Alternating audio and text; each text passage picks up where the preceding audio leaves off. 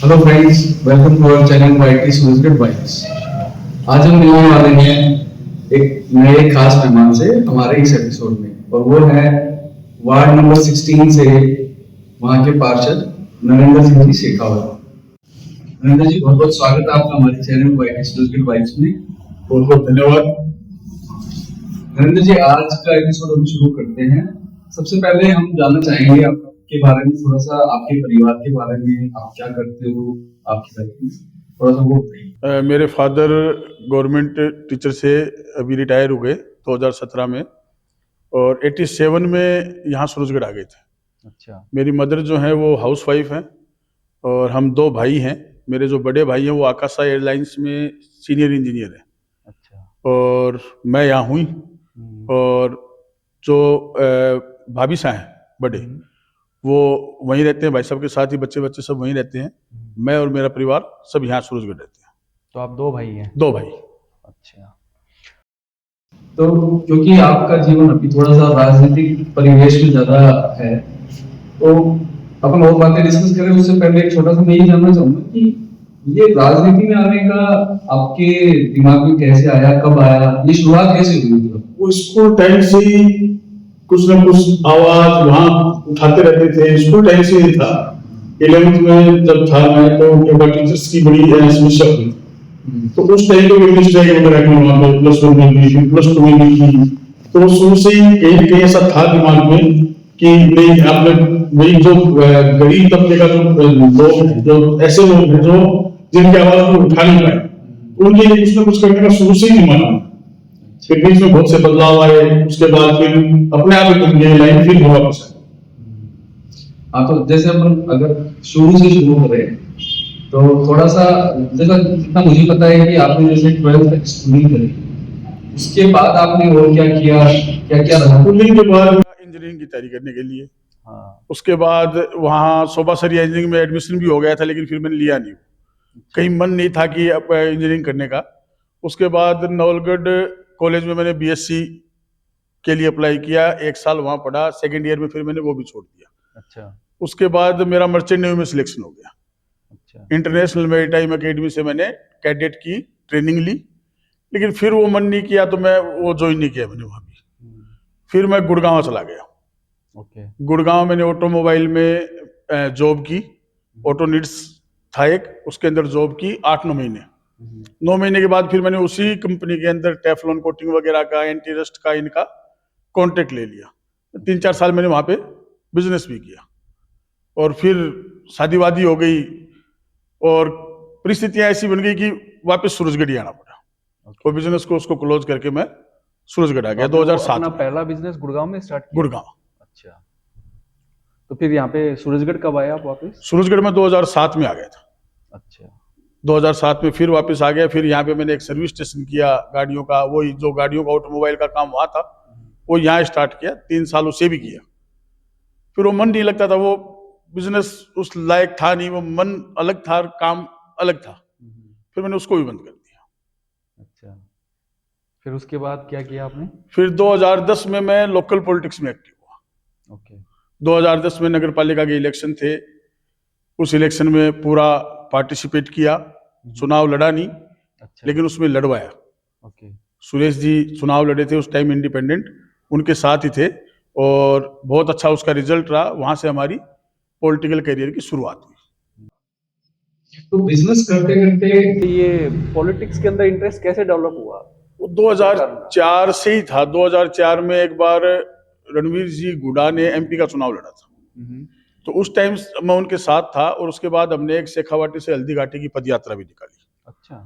तो उस टाइम से ही शुरू से दिमाग तो यही था कि पॉलिटिक्स में ही जाना है, लेकिन वो परिस्थिति ऐसी थी कि घर वाले नहीं चाहते थे कि इस लाइन में मैं जाऊं। तो वो कभी बिजनेस की तरफ, कभी जॉब की तरफ धकेलते रहते थे, लेकिन वो मन तो था नहीं। तो कहीं ना कहीं घूम के फिर वापस वहीं पे आना हो गया। तो जैसे क्योंकि आपके पिताजी गवर्नमेंट टीचर रहे हैं, और आपके हमेशा आपने जैसे बताया आकाशा एयरलाइंस में, तो आप ये पढ़ाई से इतना ऐसे भागते क्यों रहे? जैसे आपने बताया कि आप मर्चेंट नेवी में भी गए, मतलब ट्रेनिंग करनी और इंजीनियरिंग में एडमिशन लेने की कोशिश की, तो क्या मतलब पढ़ाई नहीं था कि मैं कोई कमजोर था, इंटेलिजेंट था, ठीक था, एवरेज से ठीक था, और कहीं गया तो वहां असफलता भी कभी प्राप्त हुई, लेकिन पता नहीं क्यों अपने आप ही सब परिस्थितियां ऐसी बनती गई कि अपने आप कहीं ना कहीं छोड़नी पड़ी वो चीजें। नहीं तो बिजनेस किया, अच्छा बिजनेस था गुड़गांव जब मैं काम करता था उस टाइम पे, उस लेवल के हिसाब से अच्छा बिजनेस था, लेकिन वो परिस्थितियां ऐसी बन गई कि वो अपने आप ही छूट गया। और फिर बहुत बार जीवन में क्या है कि जीरो से स्टार्टअप बहुत बार किया है, रीस्टार्ट करना। हाँ रीस्टार्ट करना पड़ता है। हाँ। तो जैसे आपने बताया कि 2010 में आपने पॉलिटिक्स में एंटर किया, उसके बाद में आपने आपके परिवार में से किस किस ने चुनाव लड़ा, कहाँ कहाँ से लड़ा? सबसे पहले मेरी वाइफ ने चुनाव लड़ा 2015 में, वार्ड नंबर 2 था, वो जनरल सीट आई थी और महिला थी, जनरल महिला, तो उन्होंने चुनाव लड़ा। और 2 नंबर वार्ड सूरजगढ़ का सबसे पिछड़ा हुआ वार्ड था। अच्छा। कि 20-25 साल के पीरियड में जहां तक मुझे याद है इस वार्ड के अंदर एक बार कोई 1-1.5 लाख रुपए का कोई निर्माण कार्य हुआ तो उसके बीच में काम ही नहीं हुआ। अच्छा। और कभी भी चुनाव हुआ तो एक परिस्थितियां इस वार्ड की ऐसी रही कि इसके अंदर कोई डेवलपमेंट के बारे में किसी ने सोचा ही नहीं, ना सड़कें थी, ना नालियां थी, ना स्ट्रीट लाइट्स थी, कुछ भी नहीं था। फिर 2015 में चुनाव लड़ा वाइफ ने, 2021 में हम दोनों ने लड़ा। अच्छा। 16 नंबर वार्ड से मैंने लड़ा, 25 नंबर वार्ड से वाइफ ने लड़ा। फिर 15 में वाइस चेयरमैन का चुनाव भी लड़ा, चुनाव जीतने के बाद में। ओके। और 2021 के अंदर चेयरमैन का चुनाव लड़ा, क्योंकि महिला सीट थी, तो वाइफ ने चुनाव लड़ा चेयरमैन का भी। ठीक है। और 2 नंबर वार्ड की ऐसी परिस्थिति उस टाइम पे जब मैंने चुनाव लड़ा तो ये मान लो कि आप 4.5 करोड़ रुपए के लगभग 5 साल के पीरियड में हमने 2 नंबर वार्ड में लगवाई, जिसमें आपने काम करवाया। हाँ 4.5 करोड़ रुपए। और उस चीज का फायदा भी मिला। उस चीज का फायदा ये मिला कि जब 25 नंबर और 16 नंबर में चुनाव लड़ने गए तो हमारा तो वार्ड भी नहीं था, खुद का वार्ड था, वो रिजर्व हो गया था।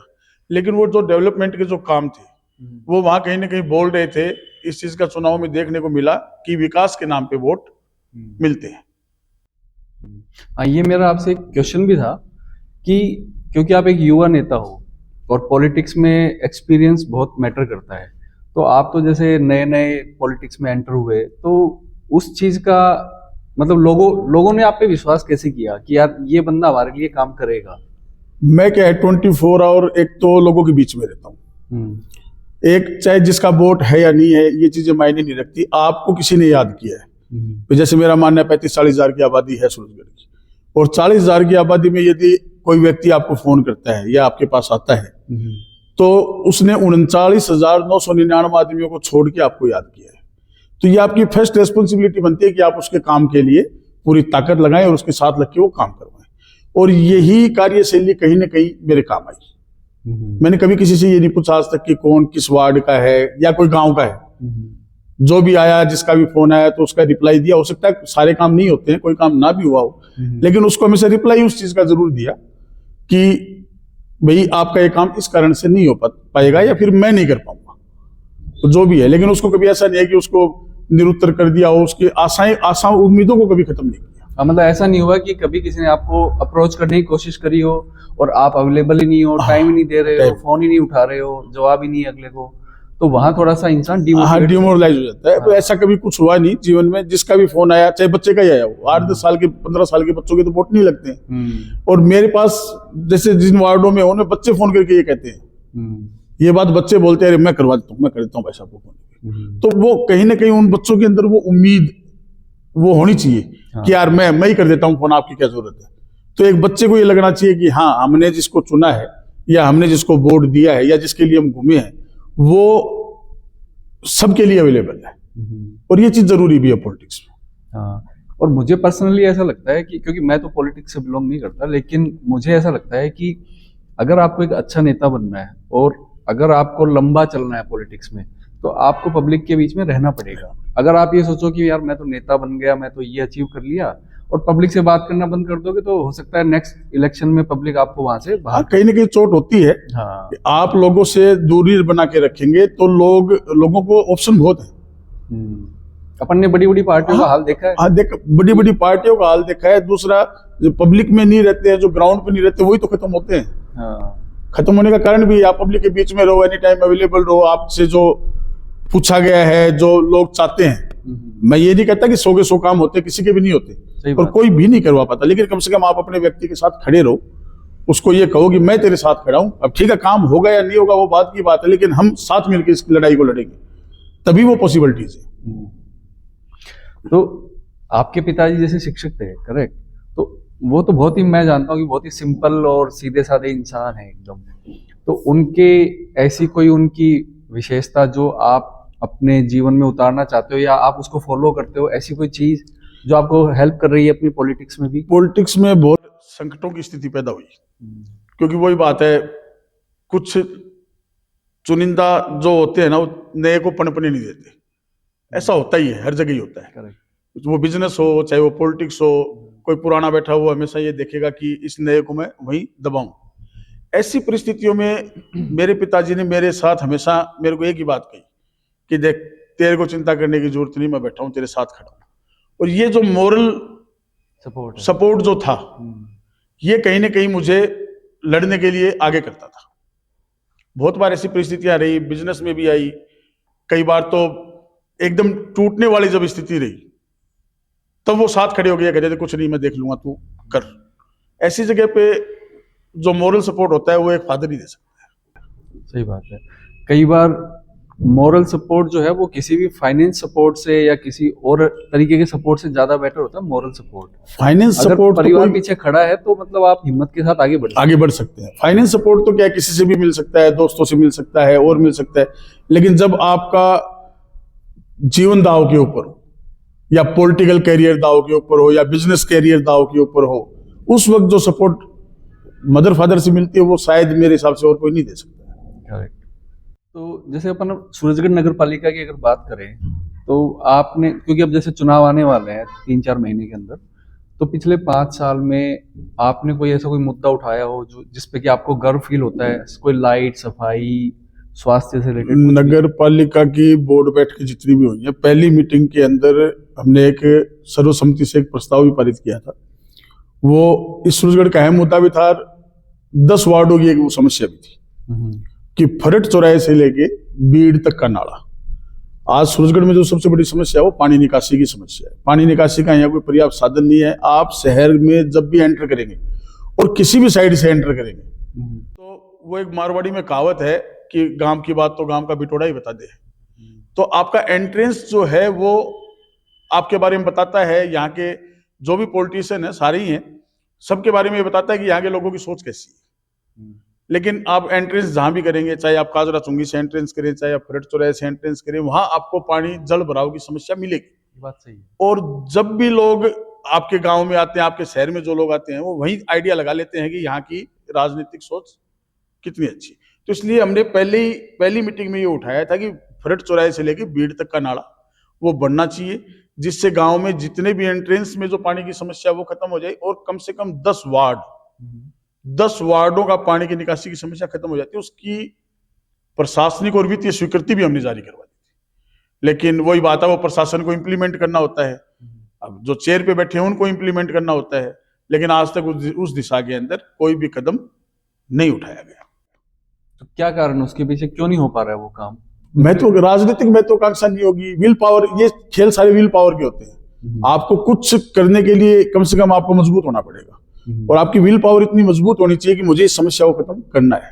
वो विल पावर नहीं है, इस वजह से वो काम नहीं हो पाई। अच्छा, एक मैंने ये भी नोटिस किया है, हालांकि मेरा इतना बहुत ज्यादा फ्रीक्वेंटली सूरजगढ़ आना जाना नहीं होता, लेकिन जो मैंने लोगों से सुना है या मेरी जो जान पहचान में लोग हैं उनसे सुना है, यहाँ पे थोड़ा सा सिक्योरिटी को लेके भी अभी माहौल ठीक नहीं है। क्योंकि जितने भी जो मकान बंद पड़े हैं, कई लोग होते हैं लॉक लगा के, कोई दिल्ली चला गया, कोई जयपुर रहता है, 1 महीने 2 महीने बाद वो आते हैं, पता लग रहा है कि पीछे से चोरियां हो रही है। पहले शायद अपने गांव में ऐसा कुछ था नहीं, लोगों के बंद रहते थे लेकिन चोरियां नहीं होती थी। अभी ये बहुत ज्यादा हो गया है। ये पिछली योजना के अंदर 2015 से 2020 की योजना में जो मुख्य जगह थी वहां पे कैमरे लगवाए गए थे। अच्छा, वो नगर पालिका के द्वारा ही लगवाए गए थे वो कैमरे। और उन कैमरों लगाने के बाद लगभग 1.5 साल के बाद, 1.5 या 2 साल के बाद में ये हाईवे वगैरह का काम चला। अब उनकी मेंटेनेंस तो नगर पालिका ही करे, दूसरा कौन करे, लेकिन उनकी मेंटेनेंस नहीं हो पाई। नहीं तो वो हर जगह लगभग चौराहों के ऊपर और वो कैमरे लगे थे, शायद उनका 8-10 लाख रुपए का खर्चा भी आया था। उनको मेंटेन नहीं कर पाए तो सारी व्यवस्था खराब होगी। अब सीसीटीवी तो आज की टाइम पे मस्ट है, मैंडेटरी हो गया है। हाँ, चाहे आप घर में लगाओ, चाहे आप बिजनेस करो, चाहे आप कुछ भी करो, ये तो आपको लगाना ही पड़ेगा। ये आप नहीं लगाएंगे तो आपके साथ कभी भी कोई भी चोट हो सकती है। और वो चीजें यदि मेंटेन हो जाती, वो 10 लाख के लगे थे, 10 लाख के इस योजना में लग जाते, धीरे धीरे करके कवर हो जाता सारा। लेकिन जो लगे थे उनको मेंटेन नहीं कर पाए, वो सारे खराब हो गए, हट गए सारे। इस वजह से सीसीटीवी नहीं है तो आजकल देखो कहीं ना कहीं व्यवस्था बदली है। पहले एक दूसरे का लोग ध्यान रखते थे, आज खुद का ही ध्यान नहीं रहता, दूसरे का ध्यान कहां से रखेंगे। और इस वजह से वो चोरी की समस्याएं जो हैं, जो बदमाशियां हैं, वो बढ़ी। तो ये तो हमारी भी नगर पालिका प्रशासन से रिक्वेस्ट रहेगी कि सूरजगढ़ में जितने भी मेन चौराहे हैं या कोई मोहल्ले में कोई बड़ा चौक है, तो जहां पर आप जितने ज्यादा सीसीटीवी कैमरास लगा सके और उनको मेंटेन कर सके, तो वो शायद पूरे समाज के लिए और वो एक सुरक्षा के पर्सपेक्टिव से बहुत अच्छी चीज होगी। तो ये हमारी रिक्वेस्ट है, अगर आप एक्सेप्ट कर लें तो जैसा आपको पॉलिटिक्स में 5 साल हो गए एक्टिव हुए, पार्षद हो आप, तो ऐसा कोई मूवमेंट या ऐसा कोई काम जिसके ऊपर आपको बहुत प्राउड फील होता है कि मैंने ये काम किया, और दूसरा ऐसा कोई काम जो आप पूरा नहीं कर पाए लेकिन आपकी मन से बहुत इच्छा है कि मैं ये काम सूरजगढ़ के लिए करना चाहता हूँ? पिछली बार 25 नंबर में जब हम वोट मांग रहे थे, उस वक्त एक 50-60 वोट हैं, वो मतलब 8-10 घर हैं, और मैं उनके यहाँ वोट मांगने गया तो मैंने उनकी स्थिति देखी कि वहाँ 400 मीटर 300 मीटर का वो रास्ता बंद पड़ा है। मतलब उनके घर में कोई चीज लेके जानी है तो आपको रोड पे उतारनी पड़ेगी, और रोड से वो फिर टुकड़ों में या सर पे या जैसे भी करके ले जानी पड़ेगी। एवन तक मैं कहना नहीं चाहता, ऐसी स्थिति थी कि यदि कोई डेथ हो जाए तो वो अर्थी भी उनको रोड पे लाके बांधनी पड़ती। अच्छा, ऐसी भयावह परिस्थिति थी। और मुझे बड़ा फील हुआ कि यार आज तक ये काम क्यों नहीं हो पाया। उस काम को करवाने में मुझे 14 महीने लगे, और उस 14 महीने में मैंने उनको किसी को परेशान नहीं किया, उनको सिर्फ यही कहा कि ठीक है आप एक चीज साइन कर दो। 14 महीने तक मैं उस काम के लिए खूब भागा दौड़ा घुमा, लास्ट में मैंने उनका वो रास्ता खुलवाया। अच्छा। और मैंने उनको कह दिया था कि जब आऊंगा तो इस रास्ते को खुलवा के ही वापस आऊंगा, नहीं तो दोबारा आपके पास ना वोट मांगने आऊंगा ना किसी और के लिए आऊंगा। और वो जब रास्ता खुला और उनके चेहरे पे जो खुशी थी, वो कहीं ना कहीं ये कह रही थी कि हाँ अपन ने बढ़िया काम किया है, और उनका वोट एक सही जगह पे गया। उनका वोट एक सही जगह पे गया। फिर उनका स्ट्रीट लाइट भी लगवाई, उसी में स्ट्रीट बढ़वा दी। उसके बाद उनकी पाइपलाइन की भी व्यवस्था नहीं थी, क्योंकि रास्ते के बिना तो कोई चीजें हो ही नहीं सकती। पानी भी नहीं था उनके, तो पानी की आधा इंच की 400-400 मीटर से जा रही थी, उनके पानी नहीं आता था बेचारों। फिर उसमें पानी की पाइपलाइन भी डलवाई। मतलब उनके चेहरे पे कहीं ना कहीं उसी चीज से ये लगता है कि राजनीति में रह के जो सेवा की जा सकती है वो आप बाहर रह के इतनी नहीं कर पाती। ये आप बात कर रहे हो वार्ड नंबर 25 की। ठीक, कौन सा पड़ता है ये वार्ड? ये 25 पड़ता है हॉस्पिटल के पीछे का। अच्छा, हाईवे से आधा वार्ड लेफ्ट में है, आधा राइट में। अच्छा। और ऐसा कोई काम जो आपके मन में है आपको करना है, ऐसा कौन सा काम है? देखिए, राजनीति में विजन तो आपको रखना ही पड़ता है। विजन यदि आपका नहीं है तो आप किस आधार पे तो वोट मांगेंगे, किस आधार पे आप ये कहेंगे कि हमारे मुद्दे ये हैं। बाकी सूरजगढ़ की यदि समस्या देखें तो सूरजगढ़ में सबसे पहली समस्या है जो गुगाना जोड़,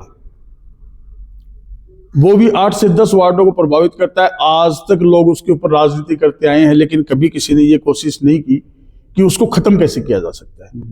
वही विल पावर वाला खेल है।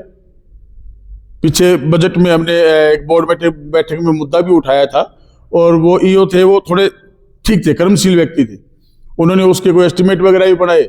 लेकिन वही बात है, कई लोगों के हितों को जब नुकसान पहुंचता है तो राजनीति करने वाले चुप हो जाते हैं।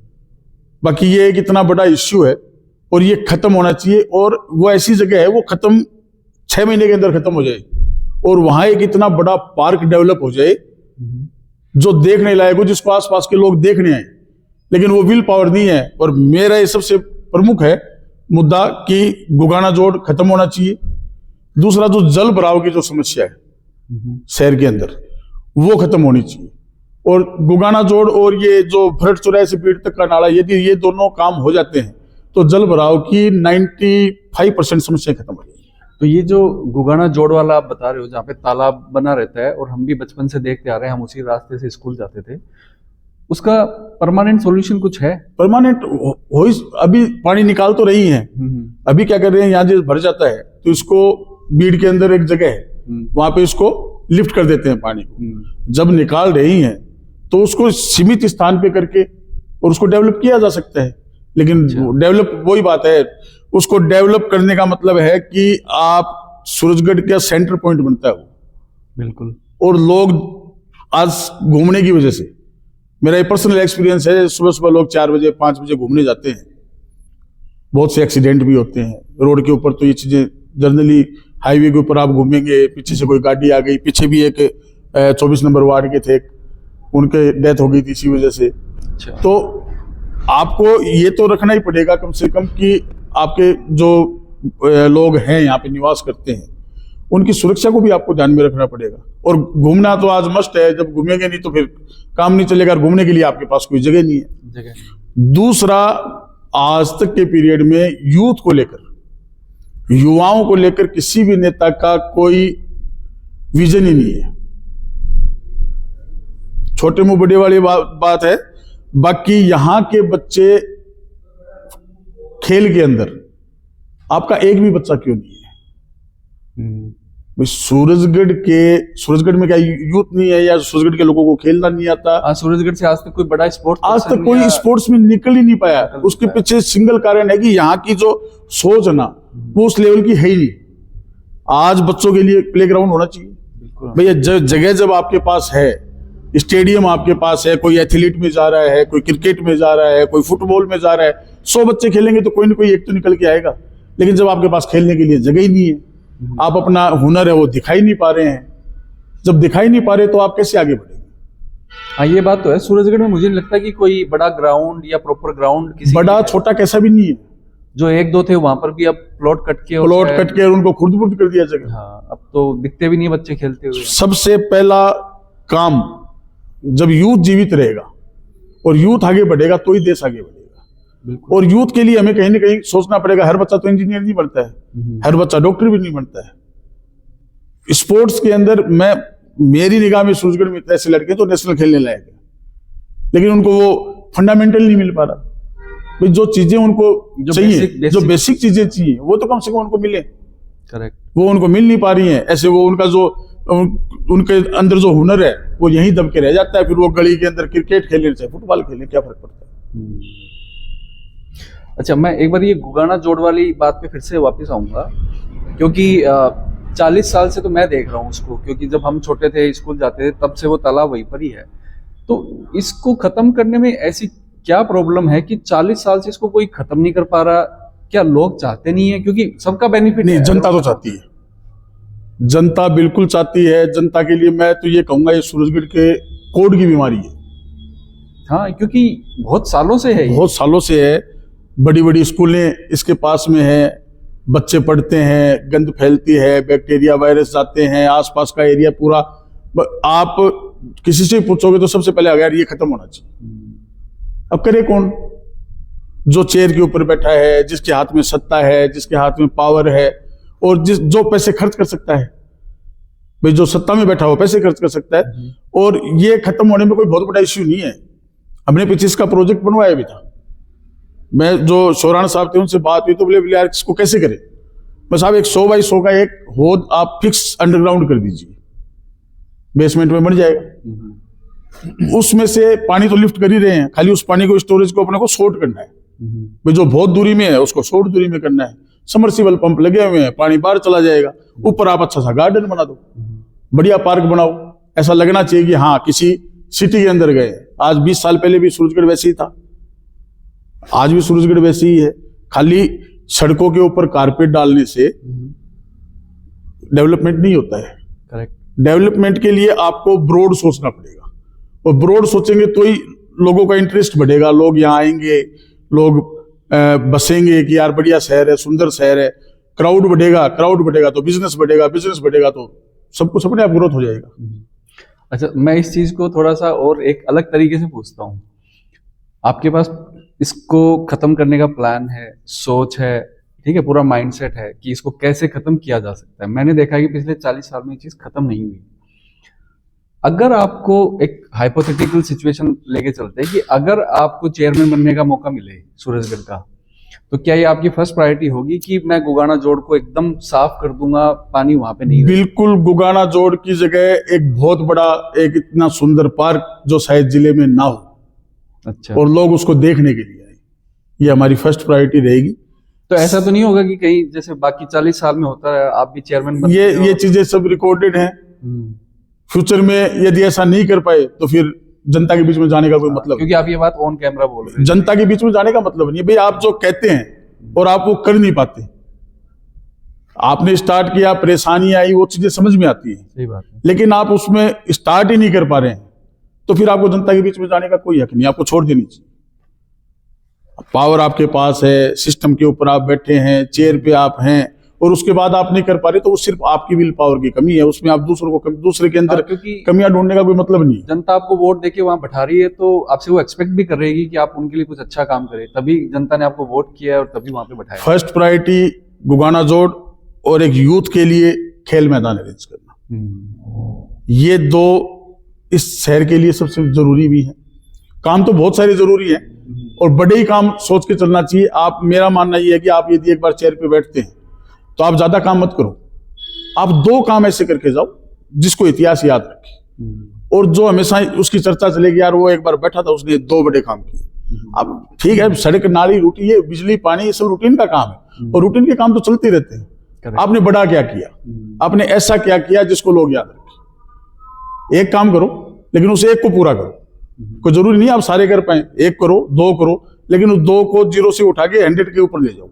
आप जनता के बीच में जाके कहने लायक रहें कि हमने ये काम जो सदियों से नहीं हुआ, हमने उसको कर दिखाया। अच्छा, एक मुझे ये और बताइए कि जो अपना गवर्नमेंट हॉस्पिटल है उसकी आज की डेट में क्या कंडीशन है? क्योंकि मेरा तो कभी वहां पे काम नहीं पड़ा, लेकिन क्या वो इनफ है सूरजगढ़ के हिसाब से? 750 से 800 की ओपीडी है। अच्छा, 800 की ओपीडी छोटी नहीं होती है, बहुत बड़ी होती है। बेड का 30 का हॉस्पिटल है अपना, यहाँ 100 बेड का हॉस्पिटल चाहिए कम से कम। मतलब कई बार वायरल फीवर वगैरह ऐसी बीमारियां आती हैं तो आपके पास सुलाने के लिए बेड नहीं है, तो ये तो है नहीं। 20 बेड के अंदर कैसे काम चलेगा? CHC अकेले सूरजगढ़ की तो है नहीं, आसपास के गांव के पेशेंट आते हैं, बहुत सारे आते हैं। 800 की ओपीडी में आपको 50 से 100 बेड का हॉस्पिटल चाहिए, क्योंकि वो 30 ही बेड का है।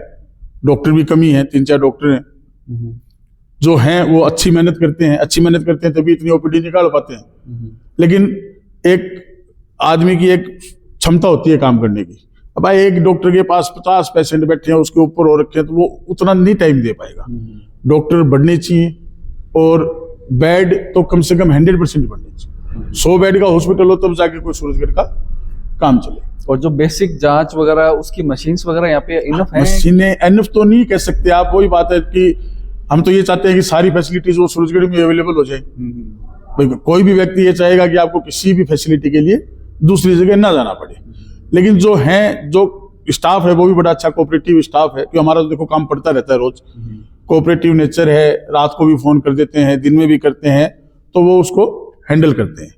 व्यवस्थाएं उतनी नहीं है। तो ये हॉस्पिटल की जो व्यवस्था है उसको इम्प्रूव करने की जिम्मेदारी नगर पालिका की है ये एमएलए लेवल का काम, एमएलए लेवल? क्योंकि हॉस्पिटल्स के बेड बढ़ाए जाते हैं, चिकित्सा मंत्री की तरफ से बढ़ते हैं, जो फैसिलिटीज बढ़ेंगी वो एमएलए लेवल की है। नगर पालिका खाली उसमें कोई साफ सफाई नहीं है, कोई छोटा मोटा कोई काम है वो करवा सकती है। बट नगर पालिका से जैसे चेयरमैन है या यहाँ के जो पार्षद है वो मिलके हाँ चाहे तो एमएलए को पुश कर सकते हैं, एक रिक्वेस्ट पुश भी कर सकते हैं। नगर पालिका के पास खुद के पास सबका अच्छा बजट होता है, और शहर की संस्थाएं हैं, लगाने में दिक्कत भी क्या है, लगा सकते हैं। लेकिन जो बेड बढ़ाने की प्रोसेस है वो नगर पालिका के पास नहीं है, वो एमएलए लेवल का काम है। ठीक है, वो मंत्री ही बढ़ाते हैं, वो विधानसभा से वो वहीं से सारा काम होता है। क्योंकि आज अपना सूरजगढ़ इतना बड़ा हो गया है तो मुझे ऐसा लगता है कि अपने हॉस्पिटल की भी व्यवस्था सुधरनी चाहिए। तो जैसे कि आपने बताया कि आप दोनों पति पत्नी निर्दलीय पार्षद हैं, करेक्ट?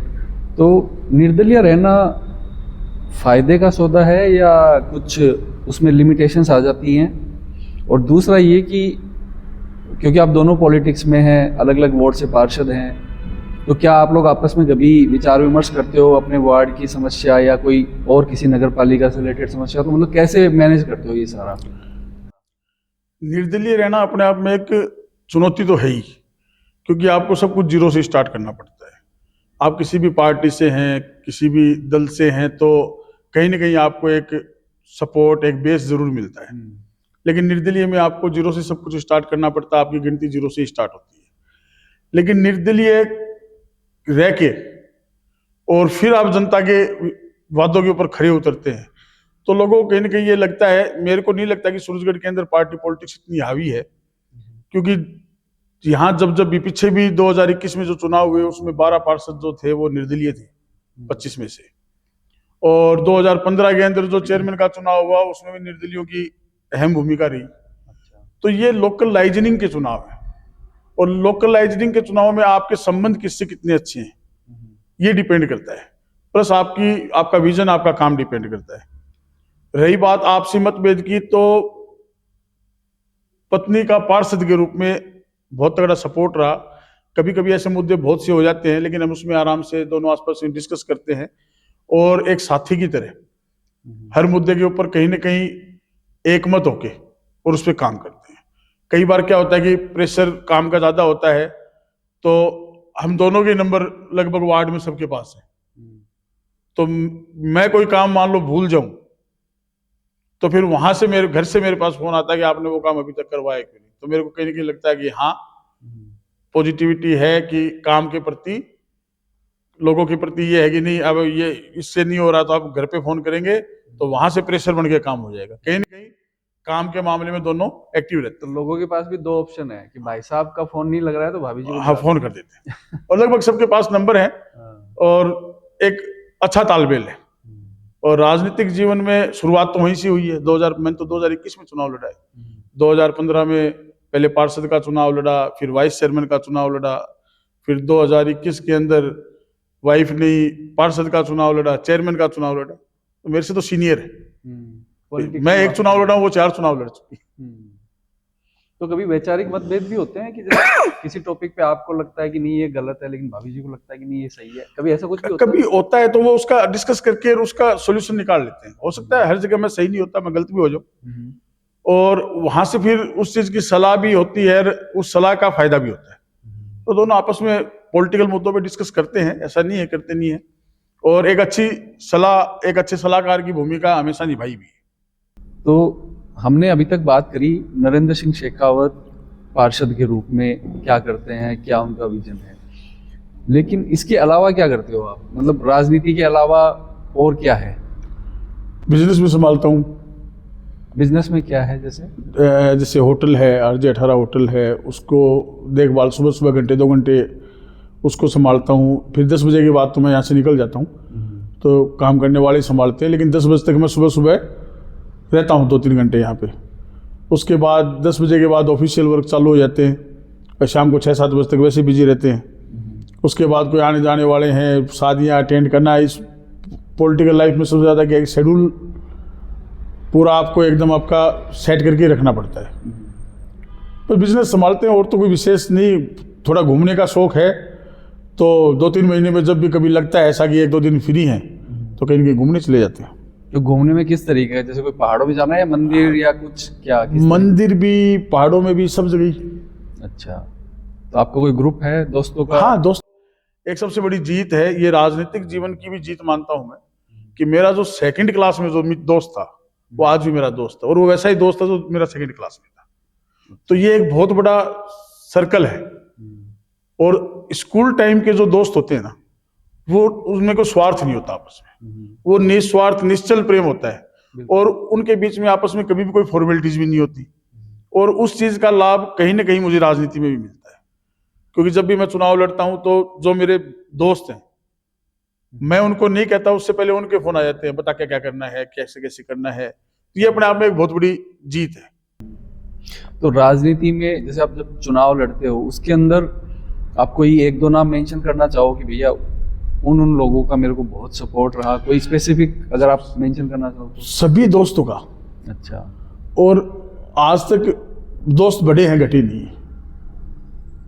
और ये जब घटने लग जाते हैं तो आपका राजनीतिक पतन भी चालू हो जाता है। सही बात। कहीं ना कहीं आपको फिर ये 1 से 2, 2 से 3 फिर वो घटते ही जाते हैं। लेकिन ये संख्या अभी तक तो, जब मेरे याद है 2nd क्लास में मेरे 8-10 दोस्तों का ग्रुप था, वो आज भी मेरे साथ वैसी अटैच है, हम रेगुलर संपर्क में हैं। फिर 6ठी 7वीं में जो बढ़ते गए वो बढ़ते गए, कहीं ना कहीं वो टूटे नहीं, वो बढ़ते गए। और वो दायरा आज मुझे बहुत मेरे काम भी आता है, मैं भी उनके काम आता हूँ। वो मेरे काम, हमारे बीच में ऐसी कोई है नहीं कि भी एक दूसरे के प्रति कोई ना तो स्वार्थ है, एक दूसरे के प्रति वही अधिकार है। जैसे छीन के खाने वाला अधिकार होता था, स्कूल में पढ़ते थे तब टिफिन में से तेरे वाला मैंने खा लिया, मेरे वाला तूने खा लिया, आज भी वैसा ही है। कभी कभी रूटीन हैबिट्स में लहजा आज वाला आ जाता है। तो मेरा एक दोस्त है, मार्केट में दुकान है, शॉप है उसकी, तो वो मेरे को कह भी देता है, यार तू मेरे को आप वाप ऐसी बातें मत किया कर। तू ऐसा बोलता है तो मेरे को लगता है कहीं ना कहीं फॉर्मेलिटी हो रही है। हाँ। मैं तेरे को तू ही कह के बोलूँगा, तू मेरे को तू ही कह के बोलेगा, तो ही मुझे ऐसा लगेगा कि तू मेरा वही दोस्त है। तो ये चीज़ें आपके लिए बहुत मायने रखती। जो अपने यहाँ के एमएलए हैं श्रवण कुमार जी और जो पूर्व सांसद श्रीमती संतोष अलावत है, दोनों ही सूरजगढ़ से हैं। क्योंकि आप एक युवा नेता हैं और वो राजनीति में काफी सालों से हैं, तो आपके उनके साथ संबंध कैसे हैं? मेरे निजी जीवन में व्यक्तिगत संबंध मेरे सबसे अच्छे हैं। मैं किसी के बारे में बिना काम के कोई कमेंट वगैरह भी नहीं करता। और रही बात राजनीतिक विचारधारा की, राजनीतिक विचारधारा में क्या होता है कि कभी कभी आपके सबके मुद्दे अलग अलग होते हैं। जहाँ वो गलत होते हैं वहाँ हम उनका विरोध कर देते हैं, और जहाँ वो सही होते हैं वहाँ हम उनका साथ दे देते हैं। ऐसा कुछ नहीं है कि हमारी कोई निजी किसी के साथ कोई ताल्लुकात खराब है, निजी संबंध सबसे अच्छे हैं। हाँ, राजनीतिक विचारधारा के अंदर कुछ टॉपिक ऐसे होते हैं जिसके ऊपर मेरे विचार अलग हों, कुछ टॉपिक ऐसे होते हैं जिसमें उनके विचार अलग हो। यदि वो गलत होते हैं, चाहे वो कोई भी गलत है, हम उनका विरोध करते हैं। जहाँ साथ देने की बात होती है तो चाहे वो विपक्ष क्यों ना हो, जहाँ शहर की बात आती है, शहर के डेवलपमेंट की बात आती है, वहाँ उनके साथ खड़े रहते हैं। में कुछ बोर्ड लगे हुए हैं, शायद हम लोग अब हर चौक चौराहे को कुछ नाम देने की कोशिश कर रहे हैं। तो मैंने कुछ फेसबुक पे इन पे वीडियोस भी देखे थे कि शायद कुछ लोग पता नहीं समर्थन कर रहे थे या विरोध कर रहे थे। तो क्या इसको लेके भी कुछ राजनीति सूरजगढ़ में चल रही है? देखिए, एक्चुअल में तो नगर पालिका कोई अधिकार ही नहीं है, अच्छा, नामकरण करने का ही अधिकार नहीं है। इसकी एक प्रोसेस है। आप किसी भी चीज का नाम रखते हैं तो सबसे पहले आपको बोर्ड बैठक बुलानी पड़ेगी। बोर्ड बैठक में आपको प्रस्ताव लेना पड़ेगा। बोर्ड बैठक में लिया गया प्रस्ताव जिला कलेक्टर और संभागीय आयुक्त के पास आता है, और संभागीय आयुक्त वहां से परमिशन जारी करके और इनके नामकरण के आदेश निकलते हैं। वो रिकॉर्डेड नाम होता है। ये तो सिर्फ नाम की एक राजनीति कर रहे हैं, आपस में समाजों को लड़ाने की, आपस में, क्योंकि जब कुछ किया नहीं होता ना अपने राजनीति में, 5 साल में आप कुछ कर नहीं पाए, तो फिर प्रोपेगेंडे की पॉलिटिक्स चलती है। तो प्रोपेगेंडे की पॉलिटिक्स है। एक्चुअल में ये सारे बोर्ड जो लग रहे हैं, जितने भी लग रहे हैं, ये वैध रूप से लग ही नहीं रहे हैं, सारे अवैध है। इसका ऑर्डर निकाला एक 6 दिसंबर को नगर पालिका के ईओ द्वारा निकाला गया। तो नगर पालिका ईओ ने एक कमेटी का नाम लेके, एम्प्लॉयड कमेटी जो बोलते हैं, उसका नाम लेके आदेश का हवाला दिया। एक्चुअल में एम्प्लॉयड कमेटी सिर्फ पट्टों के लिए बनाई गई थी। एम्प्लॉयड कमेटी का एक काम ही नहीं था। और एम्प्लॉयड कमेटी का एक पर्टिकुलर रीजन दिया गया था कि आप सिर्फ पट्टों के ऊपर, जो जिनके ऊपर विवाद हो या जिन पट्टों को एम्प्लॉयड कमेटी में लिया जाना है, उसमें आप ले सकते हैं। फिर मैंने अवगत भी कराया, मैंने ईओ साहब को कहा कि ईओ साहब, आप ये आदेश निकाल ही नहीं सकते हैं, ये विधि सम्मत नहीं है। और यदि ये विधि सम्मत है तो आप हमें बताएं। आपने पार्षदों के अधिकारों का हनन किया है। जो 25 पार्षद हैं जिन्होंने बोर्ड बनाया है, आज ये प्रोसेस है कि आप उनको साथ लेके ही ये काम कर सकते हैं। ये तो आप स्वयंभू नेता वाला काम हो गया ना। स्वयंभू जो बोलते हैं कि मैंने जो भी आदेश, तुगलकी फरमान जिसको बोलते हैं, तुगलकी फरमान है, उस चीज को अधिशासी अधिकारी ने नोटिस किया और 8/12 को, जो 6/12 को जो आदेश जारी किया था, 8/12 को उस आदेश को प्रत्याहृत कर लिया, उस आदेश को डिसोल्व कर लिया। वो आदेश खत्म हो गया, उसके बाद भी बोर्ड लगाने लग रहे हैं। तो बोर्ड की पॉलिटिक्स है। आप चलो लगाइए, आप 20 लाख रुपए, 10 लाख रुपए, 15 लाख रुपए एक सर्कल के ऊपर खर्च कीजिए, उस सर्किल को सुंदर बनाइए, फिर उसका नामकरण कीजिए। अच्छा लगता है कि चलो ये एक जगह तो कम से कम सुंदर बनी। लेकिन आप एक 2000 रुपए का पतरा लगा के, एक बोर्ड लगा के, और आप राजनीति करना चाह रहे हैं, तो जनता सब समझती है, जनता को पता है जब, और ये आदेश, ये तो वही बात है, वो आप ये ऐसा मामला है कि आप बोलेंगे तो आपको कह दिया जाएगा देखो ये समाज के खिलाफ बोल रहा है, और आप ना बोलेंगे तो आपके अधिकारों का हनन कर दिया गया है। मतलब एक मेंबर है वो 1000 वोटों से बनता है, 1000 वोट एक लगभग वार्ड में होते हैं, और 1000 वोटों का जो प्रतिनिधित्व कर रहा है, आप उसको कैसे इग्नोर कर सकते हैं? आज बहुत से समाज हैं, ये यदि आप जातियों के आधार पर रख रहे हैं तो फिर आप जाति के आधार पर रखिए। 5 साल पहले एक मीटिंग के अंदर मैंने मुद्दा उठाया था कि आज तक बाबा साहब अंबेडकर के नाम के ऊपर आप राजनीति करते आ रहे हो। सूरजगढ़ी एक ऐसी जगह है जहां बाबा साहब की मूर्ति नहीं लगी हुई है। जिस संविधान के अनुरूप देश चल रहा है, जिस संविधान के अनुरूप हम काम कर रहे हैं, जिस संविधान को हम पूजते हैं, आज उस संविधान निर्माता की एक मूर्ति नहीं है। राजनीति आप हमेशा करते हैं, राजनीति आप अंबेडकर के नाम पे करते हैं, लेकिन ग्राउंड के ऊपर आपका काम जीरो है। क्या तैयारी चल रही है चुनाव को लेके, और चेयरमैन के लिए इस बार प्लानिंग है चुनाव लड़ने की? देखो, ये तो लॉटरी के ऊपर डिपेंड करता है, वो लॉटरी सिस्टम है। सामान्य सीट आएगी या पैटर्न क्या रहेगा चुनाव का, भाई वार्ड से करवाते हैं, डायरेक्ट करवाते हैं। सामान्य सीट आएगी तो बिल्कुल 100% चुनाव लड़ेंगे, सामान्य नहीं आएगी तो हमारे ग्रुप का कोई ना कोई चुनाव लड़ेगा। चुनाव तो कोई ना कोई लड़ेगा ही, लेकिन चुनाव की रही बात तैयारियों की, तो हम तो 24 आवर्स मोड में ही रहते हैं भाई, 24 आवर लोगों के बीच में रहते हैं, लोगों के काम करवाते हैं। तो चुनाव के लिए कोई स्पेशल तैयारी करने की जरूरत उनको पड़ती है जो डीएक्टिवेट मोड में रहते हैं। करेक्ट। तो एक्टिवेट मोड में रहते हैं तो सब लोगों से संपर्क रेगुलर रहता है, चुनाव आएगा, चुनाव लड़ना है, उस तैयारी में रहते हैं। तो किसी को जैसे आपसे मिलना हो, बात करनी हो, कुछ काम हो, तो कहाँ पे आपसे आके मिल सकते हैं? सबके पास फोन नंबर है। मैं तो कहता हूँ आके अपना टाइम वेस्ट ना करें, फोन पे भी वही बात होगी। फोन पे करेंगे तो वो मेरे को अकेले को भागना है, आप चल के आएंगे तो अपना काम थकाएंगे। सही बात। नगर पालिका में भी मेरे वार्ड के आदमियों को मैंने कभी ये नहीं कहा कि आप नगर पालिका जाओ, आप मेरे को डॉक्यूमेंट दे दो, 5 साल सेवा करने का मेरा काम है, आपका डॉक्यूमेंट तैयार करवा के मैं घर ला दूंगा। आप जाएंगे, 500-600 रुपए की मजदूरी है, लगभग गरीब तबके के वार्ड है। मैं जिन वार्डों से हूँ, 25 नंबर जैसे गरीब तबके का वार्ड है, 2 नंबर गरीब तबके का वार्ड है। एक आदमी अपना काम थका के जाता है, लगभग 500-600 रुपए का नुकसान उसका होता है, और अपने को वो काम रूटीन में करना ही होता है। तो मैं तो कभी किसी को ये भी नहीं कहता कि आप नगर पालिका जाओ, आप तो मेरे को दे दो, मैं आपको करवा के ला दूँ। कम से कम आपके वो 600 बचेंगे, और कोई जरूरी नहीं एक दिन में काम करके भी नहीं देते। सही बात। 10-5 चक्कर लगाएगा एक गरीब आदमी के, 5,000 रुपए का महीने का यदि काम हो गया तो उसका तो हो गया काम। तो वो फैसिलिटी जो है वो एक पार्षद का धर्म भी है। आपको वोट दे दिया, आपके लिए लोग भाग रहे हैं, आपके लिए अपना 1 महीना 2 महीना खराब करके आपको जिता दिया, तब 5 साल आप भागो, ये आपकी ड्यूटी बनती है। अब भी वही बेचारे परेशान होंगे, तो फिर आपको क्यों चुनाव लड़ाया है, आपको क्यों जितवाया है?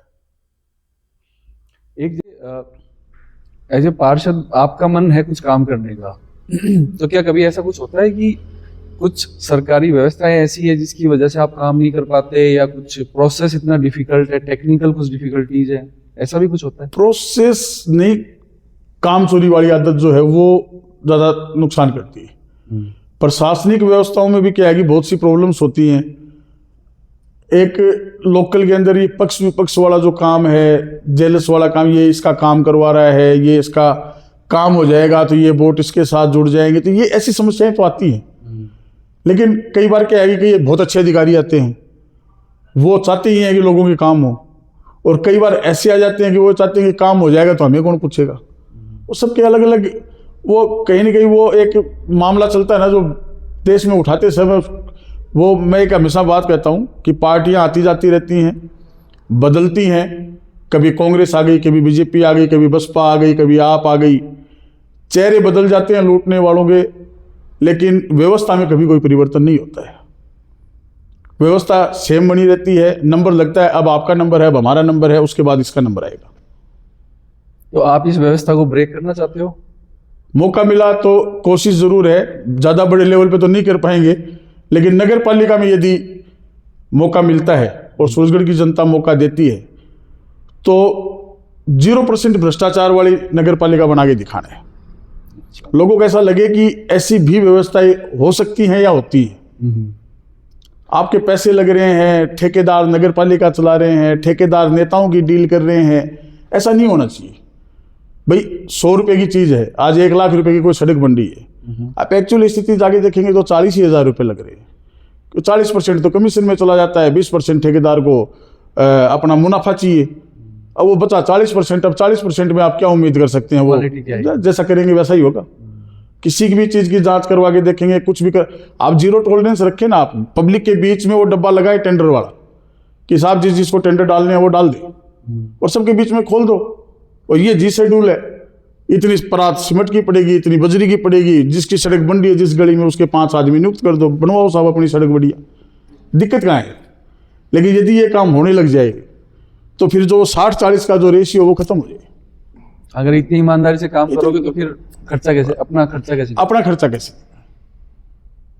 समस्या, सबसे बड़ी समस्या यही है, जो पार्शियलिटी, एक तो भेदभाव हो गया और एक ट्रांसपेरेंसी हो गई।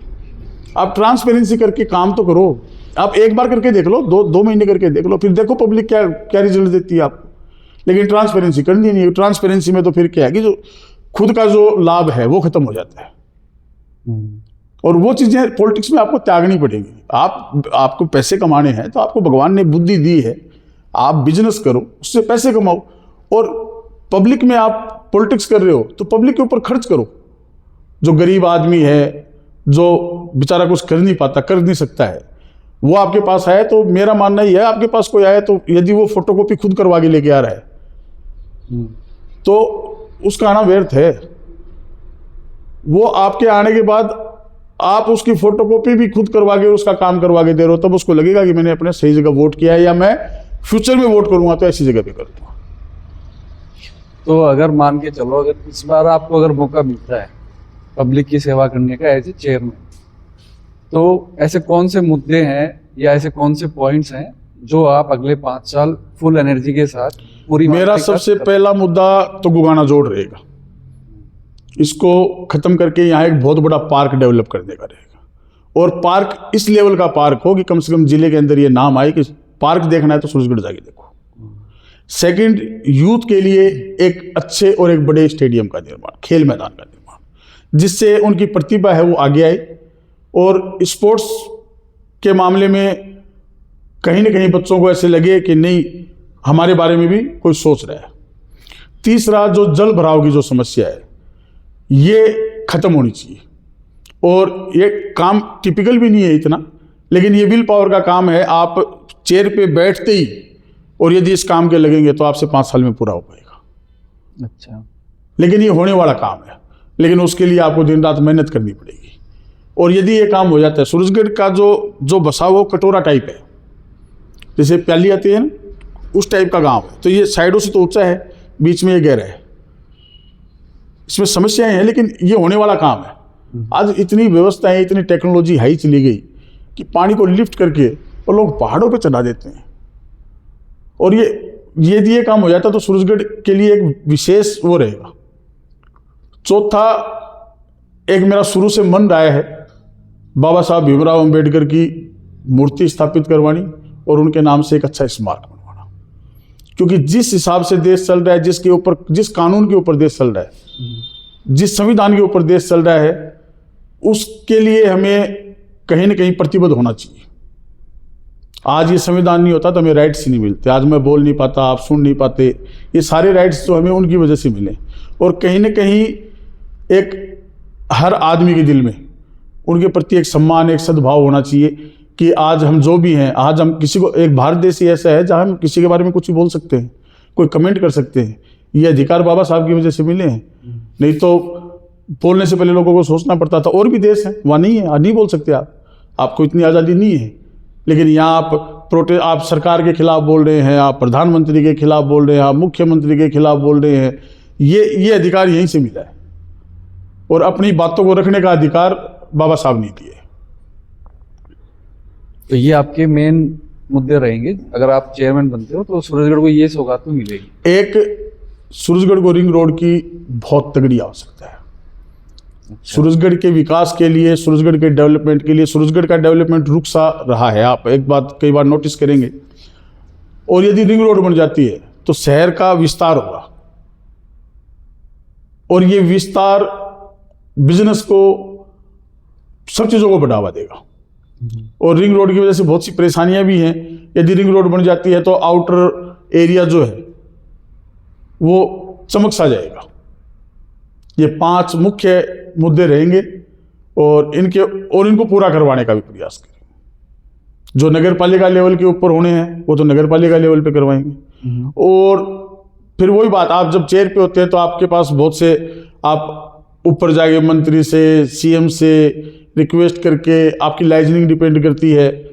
और ये होने वाले काम है, यदि ये 5 काम भी हो जाते हैं तो मैं मानूंगा कि ये सूरजगढ़ के लिए बहुत अच्छा काम होगा। क्योंकि हम आने वाले चुनावों की बात कर रहे हैं, तो जातिगत समीकरण का कितना इम्पैक्ट है इन चुनावों में नगर पालिका लेवल पे? देखिए, मैं तो कभी इन चीज़ों को मानता भी नहीं। और जो राजनीति करने वाले जो लोग हैं उसके लिए 2 ही जातियाँ होती हैं, एक नर एक नारी, और 2 ही धर्म होते हैं, एक नर और एक नारी। जाति और धर्म का खेल हमें उलझाने के लिए रखा जाता है। मैंने आज तक जहाँ से चुनाव लड़ा वहाँ मेरी जाति का एक भी वोट नहीं है। अच्छा। मैंने 2 नंबर वार्ड से चुनाव लड़ा, एक हमारा घर था खाली। मैंने 25 नंबर वार्ड से लड़ा, वहाँ एक भी मेरी जाति का वोट नहीं है। 16 नंबर से चुनाव लड़ा, वहाँ कोई वोट जाति का नहीं है। तो जातिगत चुनाव वो लड़ते हैं जो प्रोपेगेंडो के ऊपर चुनाव लड़ते हैं। जब आप वर्किंग स्टाइल के ऊपर चुनाव लड़ते हैं तो जातियाँ और धर्म मायने नहीं रखते। मैं तो कभी धर्म मानता नहीं। ईद के दिन 50 घरों में जाके खाना खा के आता हूँ, दीपावली के अंदर 50 मेरे घर खाना खाते हैं। ये चीज़ें आपस में डिवाइड करने की है। और ये एक बहुत बड़ा क्वेश्चन भी है कि जाति अपने बच्चों के रिश्ते देखते हैं, उसमें देखी जाती है। भाई जब मेरे को मेरे बेटे की सगाई करनी है, उस टाइम मैं ये देखूंगा कि सामने वाला मेरी जाति का हो। लेकिन एक नेता चुनते वक्त, एक नेता को चूज करते वक्त मुझे उसकी क्वालिटी देखनी है, ना कि मुझे उसकी जाति देखनी है। क्योंकि बच्चों का रिश्ता करेंगे तब जातियाँ जरूरी हैं, वो हम करते हैं, वो हमारी एक परंपरा है, वो समाज की एक परंपरा है। लेकिन नेता के लिए ऐसा कुछ नहीं है। अब जाति से आप नेता चूज करोगे तो वो आपका मिस यूज ही करेगा। करेक्ट। भाई उसको ये लगेगा कि ये तो मेरे वोट हैं, ये तो मेरी जाति के हिसाब से पढ़े हैं, तो ये तो मेरे कहीं जाने नहीं है, तो मेरे पढ़ने ही हैं। एक नेता को इस चीज़ का एहसास हमेशा होते रहना चाहिए कि आप यदि काम नहीं करेंगे तो आपको बदला जा सकता है। आप लोगों के बीच में खड़े नहीं रहेंगे तो आपको बदला जा सकता है। और यही एक वोट की ताकत होती है। मेरे साथ भी बहुत सी समस्याएं आती हैं। मेरे को जो पुराने जो नेता लोग थे, जब मैंने पहला चुनाव लड़ा तो मेरे को कहते थे कि यार तेरी जाति का तो एक भी वोट नहीं है, तो कैसे चुनाव जीत पाएगा। तो मैंने, भाई साहब, जाति के आधार पे मैं कोई बच्चों के रिश्ते थोड़ी कर रहा हूँ, तो चुनाव लड़ रहा हूँ। मैंने लोगों के काम करवाए हैं और मैं लोगों के काम करवाने में सक्षम हूँ, इसलिए मैं वोट मांग रहा हूँ। बोले यार लगता है मुश्किल है। और फिर वो चुनाव में 225 वोटों से जीता। अच्छा। फर्स्ट पूरे सूरजगढ़ में सबसे बड़ी जीत थी वो। तब उन्होंने कहा ये कैसे हो गया। मैंने कहा ये काम के ऊपर हो गया, क्योंकि मैंने जाति के नाम पे वोट नहीं मांगे। और जाति के नाम पे वोट मांगने भी नहीं चाहिए। यदि आपकी जाति के लोग हैं तो भी नहीं मांगने चाहिए। आप उनको करके दिखाओ, या उनको ऐसा लगे कि हमारा कर सकता है, तो ही वोट डालना चाहिए। एक नेता के जीवन में जैसे वो बहुत कोशिश करता है कि वो सबके लिए काम करे, जितना हो सके उतना काम करे, लेकिन कई बार कुछ मजबूरियां होती है या कुछ टेक्निकल डिफिकल्टीज होती है जिसकी वजह से आप वो काम नहीं करवा पाते, तो उसके बदले में आलोचना तो तैयार है। तो आपके साथ भी कभी ऐसा कुछ होता है कि चुनाव के लिए तो 24 आवर आपको रेडी रहना चाहिए, क्योंकि जनता और लोगों की उम्मीदें बहुत बढ़ जाती हैं और उम्मीदों के अनुरूप आप सब काम नहीं कर पाते हैं। और एक लेवल होता है उम्मीदों का भी, और उससे ऊपर भी लोग सोचने लग जाते हैं। कहीं ना कहीं कुछ काम ऐसे होते हैं जो नहीं हो पाते, तो फिर वो क्या करते हैं, जब किसी का काम नहीं होता तो उनको, मैं उसको आलोचना को बुरा नहीं मानता, फिर उसको हर्ट होती है तो वो उसकी आलोचना ही करता है। और उन आलोचनाओं से राजनीति करने वालों को भी सीख लेनी चाहिए कि आप जनता से उम्मीदें उतनी रखें, उनको बताएं कि ये काम उस लेवल का है। सब एक पार्षद का लेवल पार्षद का ही होता है, एक एमएलए का लेवल एमएलए का ही होता है, एक एमपी का लेवल एमपी का ही होता है। आज जो संसद में बैठ के काम होने वो एक एमपी करवा सकता है, वो एमएलए नहीं करवा सकता है। और जो एमएलए काम कर सकता है विधानसभा में बैठ के, वो नगर पालिका में बैठ के पार्षद नहीं कर सकता है। पार्षद अपने हिसाब से काम करेगा, उसका एक क्राइटेरिया है, एमएलए का अपना एक क्राइटेरिया है, लेकिन लोग पार्षदों से भी एमपी वाली उम्मीद रखते हैं। तो कहीं ना कहीं वो आपस में विचारों का टकराव होता है, तो आलोचनाएं होती है। कुछ समझ नहीं पाते, कुछ समझदार होते हैं, वो समझ जाते हैं कि इसके लेवल का काम नहीं है, इसको नहीं कर पाएगा। लेकिन जो नहीं समझ पाते हैं वो आलोचनाएं करते हैं, और उसके लिए नेतागिरी करने वालों को आलोचना से बुरा भी नहीं मानना चाहिए, सुननी चाहिए आलोचना, उसको पॉजिटिविटी लेनी चाहिए कि ये आदमी अपने से एमएलए वाली उम्मीद रखता है, तो क्यों ना क्यों हम तैयारी करें और तैयारी करके उसको उस काम को करवा के दें। मतलब जनता को भी समझना चाहिए कि अगर मैं नरेंद्र जी से कुछ रिक्वेस्ट कर रहा हूँ तो वो उनके लेवल का काम है, या फिर वो एमएलए लेवल का काम है, एमपी लेवल का काम है। क्योंकि जो आपकी बस में है वो आप पूरी कोशिश करोगे काम करवाने की, बट जरूरी नहीं कि अगर वो एमपी लेवल का काम है तो फिर उसमें थोड़ी दिक्कत आएगी। भाई उसमें हाँ दिक्कत आएगी, उसके साथ खड़े हैं, उसके साथ जाने के लिए तैयार खड़े हैं, कहीं जयपुर जाना है, दिल्ली जाना है, कई काम ऐसे होते हैं जिनके लिए भागना पड़ता है, जो किसी के फ्यूचर का सवाल होता है, उसमें दिल्ली जयपुर भागते हैं, एमपी के पास जाना पड़ता है, एमपी के पास, लेकिन कर तो वही पाएगा, क्राइटेरिया उसका है, हम उसके साथ जा सकते हैं, लेकिन क्राइटेरिया वो अपने साइन से नहीं हो रहा काम, वो साइन तो उसी के चलने हैं। करेक्ट। जैसे अभी तक तो आप निर्दलीय चुनाव लड़ते हो, ठीक है, पिछले 5-10 साल से, मतलब 5 साल से आप लड़ रहे हो, 10 साल से भाभी लड़ रहे हैं, लेकिन राजनीति में जो जैसे बड़े नाम हैं, बीजेपी, कांग्रेस और अभी आप, या फिर और बहुत सारी पार्टियां हैं, तो आपकी विचारधारा क्या इनमें से किसी पार्टी से मिलती है? और भविष्य में आपका कोई प्लान है कि आने वाले चुनाव में आपको अगर मौका मिले, कोई आपको सीट ऑफर करे या टिकट ऑफर करे, तो आप उन पार्टी से चुनाव लड़ना चाहोगे? अभी तक तो पूरे ग्रुप का, सभी दोस्तों का, जितने भी मित्र बंधु हैं, उनका यही मानना है कि चुनाव निर्दलीय ही लड़ना है। फिर भी कोई परिस्थितियां डिपेंड करती हैं, और रही बात विचारधारा की, तो मैंने आपको बता दिया कि ना तो मैं जातिगत चीज़ों पे विश्वास रखता हूँ, ना धार्मिक चीज़ों पे विश्वास रखता हूँ। तो एक राजनेता का, एक नेतागिरी करने वाले का एक ही धर्म होता है कि दो ही जातियाँ हैं, एक आदमी और एक औरत, सबके वोट समान पड़ते हैं, इसके लिए सबका लेवल एक होता है। कहीं भी जो विचारधारा डिवाइड करने की है, जो एक दूसरे को अलग करने की है, जातियों में हो चाहे धर्म में हो, ऐसा तो बिल्कुल पॉसिबल नहीं है। क्योंकि ना मैं बचपन से, कभी फादर टीचर थे, घर में ऐसी चीज़ें कभी देखी नहीं, ना कभी कोई जातिगत भेदभाव देखा, ना कभी कोई धार्मिक भेदभाव रखा, और हमेशा से एक ही बात घर वालों से सीखने को मिली, और जब खुद समझदार हुए तो खुद में भी वही चीज़ पहले से थी कि नहीं, कोई जाति नहीं होती है, सब समान है, और एक ही जाति, हम सब भारतीय हैं, बस इंडियन है, और उसी के ऊपर काम करो। एक आदमी नीचे वाला ऊपर बढ़ेगा तो भारत ऊपर बढ़ रहा है, इस लेवल पे काम करना चाहिए। इसलिए पार्टी का कभी कोई ना तो मूड है, कोई टिकट विट का हमने तो कोई विचार किया ही नहीं, आज तक ही नहीं किया, सोचा भी नहीं। फिर भी कोई परिस्थितियां ऐसी बनती हैं, देखो ये चुनाव है, इसमें हर मोमेंट पे, हर समय परिस्थितियां बदलती है, और ये खेल परिस्थितियों का, आज मैं आपको कोई कमेंट कर दूंगी नहीं, मैं तो किसी पार्टी की टिकट नहीं लूंगा, या मैं आपको हाँ निर्दलीय लड़ूंगा, ये तो मैं आपको कह सकता हूँ, लेकिन क्या पता कल को कोई परिस्थितियां ऐसी बन जाएं, तो मैं उस चीज़ से इनकार भी नहीं करता, लेकिन अभी तक ऐसा कोई विचार नहीं है। अच्छा, वार्डों से चुनाव हो चाहे डायरेक्ट चुनाव हो, इंडिपेंडेंट ही चुनाव लड़ने का विचार है, पूरे ग्रुप का यही विचार है। फ्यूचर में कोई परिस्थितियां चेंज होती हैं तो अलग बात। और मौका मिलेगा तो चेयरमैन का चुनाव भी लड़ोगे अगर वो मौका मिले? यदि सामान्य सीट आती है, अब वो वही बात है, लॉटरी के ऊपर डिपेंड करता है, सामान्य सीट आती है या डायरेक्ट चुनाव, हमारी तो मन भी ये है कि डायरेक्ट चुनाव हो, क्योंकि जनता के वोट से ही चेयरमैन चुना जाना चाहिए। नहीं तो ये जो हॉर्स ट्रेडिंग नाम की एक जो बीमारी है, ये आपके पॉलिटिकल सिस्टम को खोखला कर देती है। आज एक बार आप पैसे खर्च करके आप बन गए, तो देखो सीधी सी बात, मेरा ये मानना है कि जो 5-7 करोड़ रुपए खर्च करेगा, आप उससे ईमानदारी की उम्मीद तो बिल्कुल नहीं कर सकते। हो सकता है वो 5-7 करोड़ मेरे लग जाए, तो आप मेरे से भी नहीं करनी चाहिए। जब अगले का आपने उसको कर्जे के नीचे दबा दिया, उसको अपनी प्रॉपर्टी बेच के और वो चेयरमैन बना है, तो वो कहीं ना कहीं उन पैसे की पूर्ति करेगा, और उनकी भी करेगा और आगे की भी तैयारी करेगा। तो आप उससे यदि डेवलपमेंट की उम्मीद करते हैं, यदि चुनाव भी लड़ने आगे भी चुनाव लड़ने हैं, ऐसी सोच यदि कोई रखता है कि भाई चेयरमैन बन गया, अब ये विकास करेगा, इसके 7 करोड़ रुपए भी लग गए, तो वो तो 7 करोड़ रुपए पहले अपने वाले पूरे करेगा। इसलिए कहीं ना कहीं सरकारों को भी ये सोचना चाहिए कि हॉर्स ट्रेडिंग आपके राजनीतिक परिदृश्य को ही बदल देती है। जनता ने को पसंद आया, जनता ने एक नेता चुना कि ये हमारा विकास करेगा, जनता ने जिसके ऊपर भरोसा किया और उसके वोट से और वो बना, तो एक तो जनता उसको जाके डायरेक्ट पकड़ सकती है।